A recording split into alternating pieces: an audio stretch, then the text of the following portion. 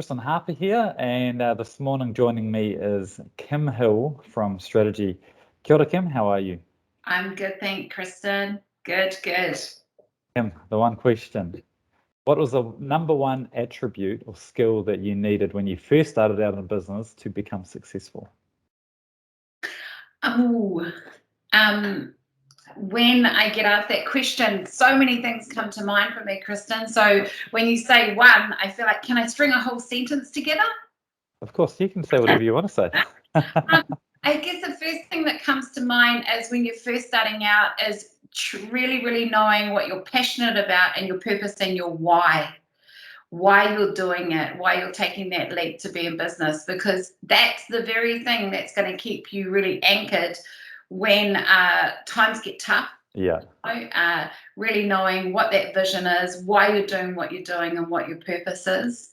And then there's so many other things that come to mind, and it's being ready to take action and get shit. To be really honest, don't wait for things to be perfect, because they're never going to be perfect. And silence the naysayers, because it's so true. You are what you surround yourself with. So actually, be comfortable with getting out of your comfort zone.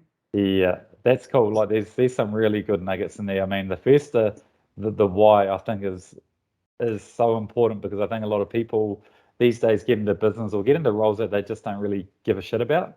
Yeah. And that is, do you mind if I ask you what your why is, Kim? My why?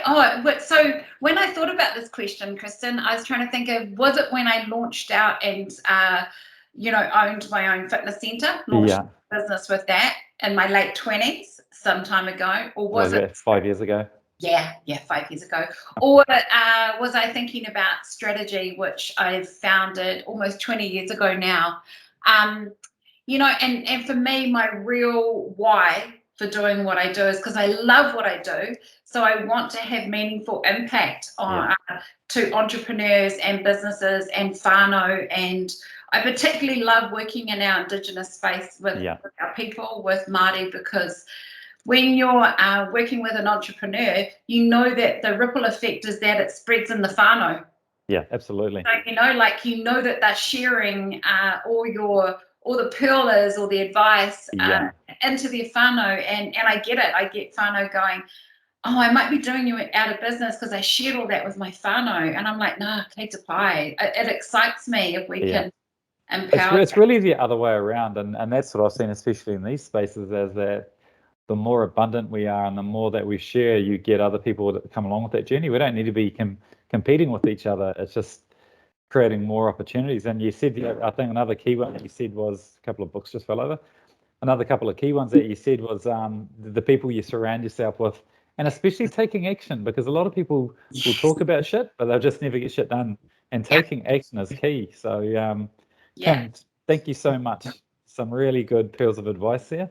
And I knew they would be. It's always a pleasure hanging out with you, Kristen. Cool. Thank you so much. Ngā mihi.